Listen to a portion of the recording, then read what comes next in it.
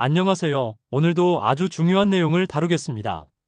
특히 회사에 잉여금이 많으신 대표님들께서는 끝까지 시청 바랍니다.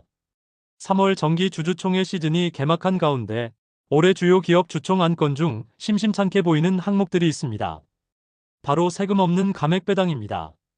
코스닥 소형주부터 OCI 홀딩스, 대신증권, 우리금융지주, LNF, 율촌, 일동제약 등 굵직한 종목들까지 업종과 체급을 가리지 않고 있습니다. 이 회사들은 이처럼 소위 감액 배당을 하겠다는 내용을 주주총회 안건으로 올려놨습니다.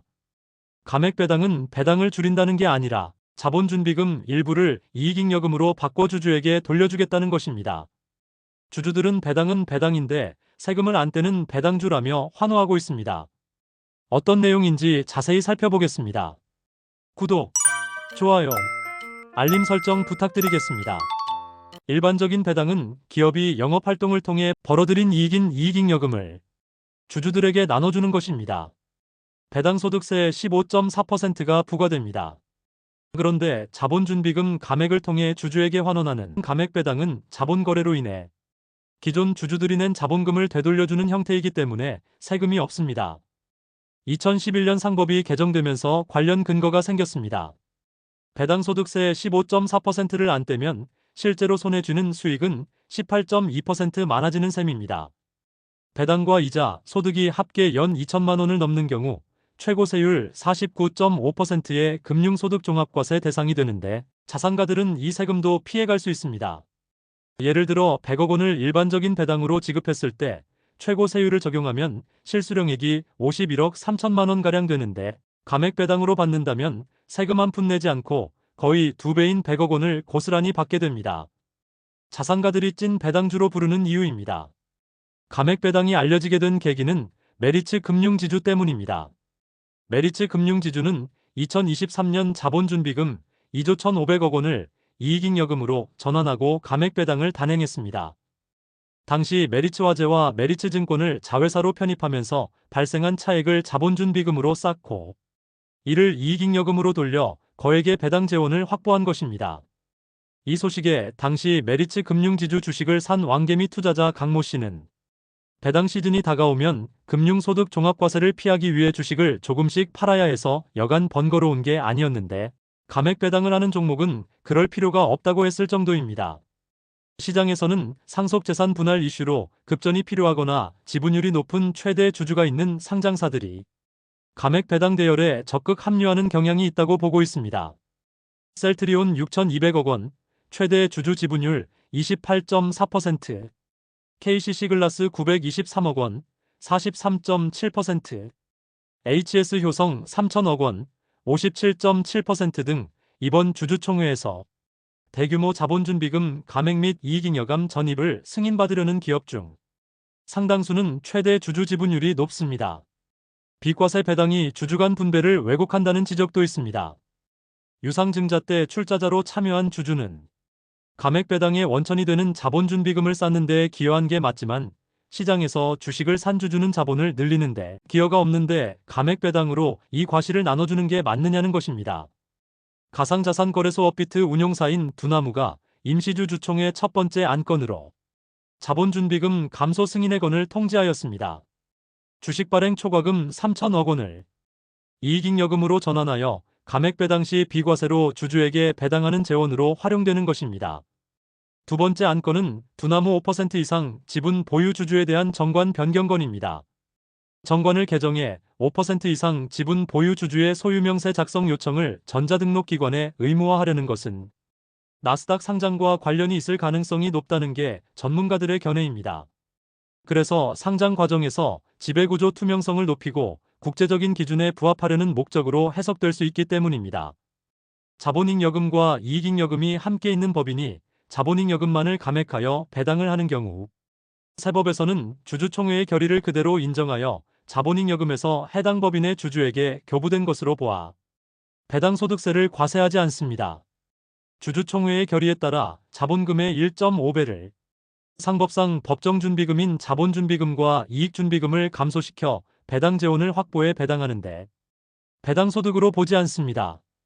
2011년 상법 개정에서 세금 없이 감액하여 배당을 허용하면서 세법은 상법상 자본준비금을 감액하여 배당하면 해당 배당금은 주주가 납입한 자본을 반환받는 것으로 보아 주주의 배당이익으로 산입하지 않습니다. 해당 주주가 법인인 경우 입금 불산입하고 개인 주주인 경우 배당소득에 해당되지 않습니다. 자본잉여금을 세금 없이 배당으로 수령한 배당금 상당액은 보유주식의 장부가액에서 차감하여 세금 없이 감액하여 배당한 기본적인 효과는 주식의 매각법인의 양도, 해산 및 청산, 가업승계의 이익 실현을 볼 수 있습니다. 법인 입장에서는 전체 주주 집단의 투자원금을 반환한 것으로 볼 수 있으나 주주 간에는 발행 가격이 높은 주주와 발행 가격이 낮은 주주 간의 손익이 실현되는 계기가 될 수 있습니다. 관련 법규는 상법과 세법에 자세히 나와 있으니 참고 바랍니다. 관련 법규에 대해 살펴보겠습니다. 소득세법 시행령 제26의 3 배당소득의 범위입니다. 상법 제461조 2에 따라 자본준비금을 감액하여 받은 배당은 법 제17조 제1항에 따른 배당소득에 포함하지 아니한다라고 되어 있습니다. 다음은 법인세법 제18조 평가이익 등의 입금불산입에 대해 살펴보겠습니다. 다음 각 호의 금액은 내국법인의 각 사업연도의 소득금액을 계산할 때 입금에 산입하지 아니한다. 상법 제461조 2에 따라 자본준비금을 감액하여 받는 배당금액은 내국법인이 보유한 주식의 장부가액을 한도로 한다. 다만 제16조 제1항 제2호 각 목에 해당하지 아니하는 자본준비금의 배당은 제외한다. 법인 주주는 내국법인이 보유한 주식의 장부가액 한도 내 가능합니다. 개인 주주는 한도가 없습니다. 법인세법 및 소득세법 시행령을 참고 바랍니다.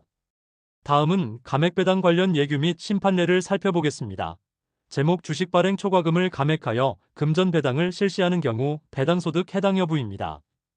국세청 회신입니다. 상법 제461조 2에 따라 주식 발행 초과금을 감액하여 거주자인 주주에게 금전 배당을 실시하는 경우 배당소득에 해당되지 않는 것입니다. 다음은 이익상환 우선주를 발행한 법인이 주식 발행 초과금을 감액하여 배당하며 우선주는 이익잉여감으로 상환한 경우 해당 배당금이 과세 대상의 배당소득인지 여부에 대한 질의입니다. 회신 내용입니다. 상법상 준비금 감소 규정에 따라 주식 발행 초과금을 감액하여 거주자인 주주에게 금전 배당을 실시하는 경우 배당소득에 해당되지 않는다고 회신하였습니다. 다음은 상환전환 우선주 상환 시 투자원금 이외에 추가적으로 지급하는 금액의 회계 처리 방법에 대한 질의 회신입니다. 사실관계를 살펴보겠습니다. A사는 자금 조달을 목적으로 2008년 7월 7일 투자자 B캐피탈에게 상환전환 우선주 40만 주 20억 원을 발행하였습니다. 상환전환 우선주 투자자는 2011년 6월 상환을 요구하였고 A사는 투자자와의 계약서에 따라 상환 청구된 총 금액 원금 20억 원 플러스 가산금 5억 1천만 원을 지급하였습니다. 투자자와의 계약서에 의하면 상환 청구를 받으면 배당 가능 이익 범위 내에서 계약상 규정된 방법으로 계산된 금액 투자원금의 연복리 8%의 이자를 가산한 금액을 지급하기로 약정하였습니다. 다음은 질의 내용입니다. 일반 회계 처리 기준에 의하여 회계 처리할 경우 상환전환 우선주 상환 시 투자원금 외에 투자일로부터 상환일까지 투자원금의 연복리 8.0%에 해당하는 이자를 추가로 지급하였는 바 추가 지급한 금액에 대한 회계 처리 방법에 대해 질의하였습니다. 갑설은 우선주에 대한 미지급 배당금으로 보아 이익잉여금의 감소로 회계 처리한다고 합니다. 을설은 이자 비용으로 보아 당기 비용으로 회계 처리한다고 합니다. 국세청 회신은 귀 질의의 경우 갑설과 같이 상환 우선주의 상환 절차가 완료한 때 상환액을 이익잉여금의 감소로 회계 처리하는 것이 타당하다고 회신하였습니다. 상환 우선주 발행법인이 주식 발행 초과금을 감액하여 배당하는 경우 배당소득에 해당되지 않는다고 국세청 예규에서 판결하였습니다. 자본 전입한 재원이 실질적으로는 이익잉여금으로 충당된 것이라고 하더라도 그러한 이유만으로는 소득세법의 명문의 규정에 반하여 회계상 자본준비금 개정에서 자본 전입된 것을 이익잉여금이 자본 전입된 것으로 보아 배당소득세를 부과할 수는 없다고 대법원에서 판결하였습니다. 외면상으로는 자본거래의 형식을 갖추고 상법이 정한 바에 따라 자본준비금으로 계상된 금원이라고 하더라도 실질적으로는 자금거래에 의하여 형식적으로만 자본준비금으로 회계 처리된 것일 뿐 그 실상은 이익잉여금이 화제된 금원이 자본 전입된 경우를 의제배당으로 보아 배당소득세를 부과하는 것이 정당하고도 필요한 것이라면 이는 법령의 개정을 통하여 이루어져야 하는 것일 뿐 이 사건에서의 주장과 같이 실질과세의 원칙을 적용하는 범위를 무한정 확대함으로써 달성할 수 있는 것은 아니다라고 대전고등법원에서 판결하였습니다. 무상증자할 때에 자본 전입한 유상증자 시의 주식 발행 초과금의 실질이 이익잉여금으로 의제배당에 따른 배당소득세 과세한 처분은 정당하다고 조세심판원에서 판시하였습니다. 경영상 필요에 의한 진정한 의미의 증자 및 감자의 경우 자본 전입의 재원은 자본준비금 주식 발행 초과금이 되어 배당소득세의 과세 대상에서 제외된다고 대전지방법원에서 판결하였습니다.